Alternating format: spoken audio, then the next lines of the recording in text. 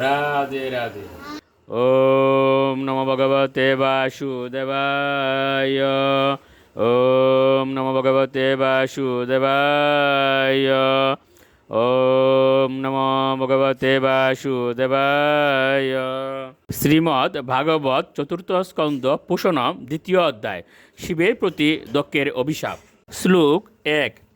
বিদুরুবাচ ববেশিল বতাম শ্রেষ্ঠে দক্ষ দুহিত্র বৎসল বিদ্বেষম অকুরত কস্মাৎ অনাদৃত্য আত্মজাম সতীম।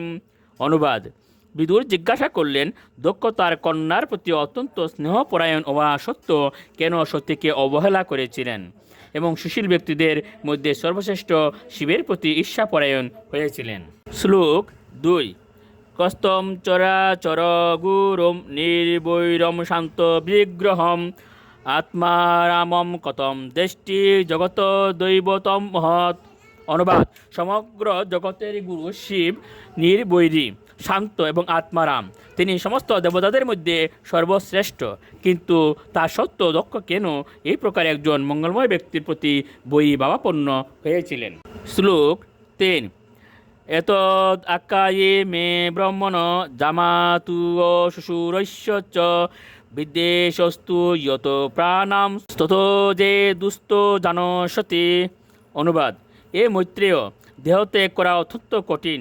আপনি কি দয়া করে আমার কাছে বর্ণনা করবেন কী কারণে শ্বশুর এবং জামাতা এমনই তিক্ত কলহে লিপ্ত হয়েছিলেন, যার ফলে মহাদেবী সতী দেহত্যাগ করেছিলেন? শ্লোক 4। মৈত্রেয় উবাচ পুরা বিশ্ব সৃজাম সত্রে সমেতাহ পরম ঋষয় তথা মোর গণাহ সর্বে সানুগা মুনয়ু অগ্নয়।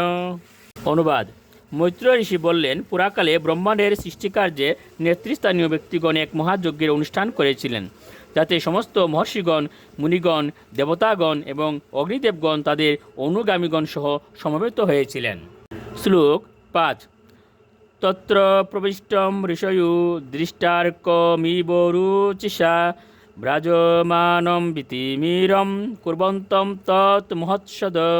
অনুবাদ: প্রজাপতিদের অধিপতি দক্ষ যখন সেই সভায় প্রবেশ করেছিলেন, তখন সূর্যের মতো তার উজ্জ্বল অঙ্গ প্রভায় সমগ্র সভা আলোকিত হয়েছিল এবং তার সামনে সভায় সমবেত সমস্ত ব্যক্তিদের নিতান্তই নগণ্য বলে মনে হয়েছিল। রাধে রাধে।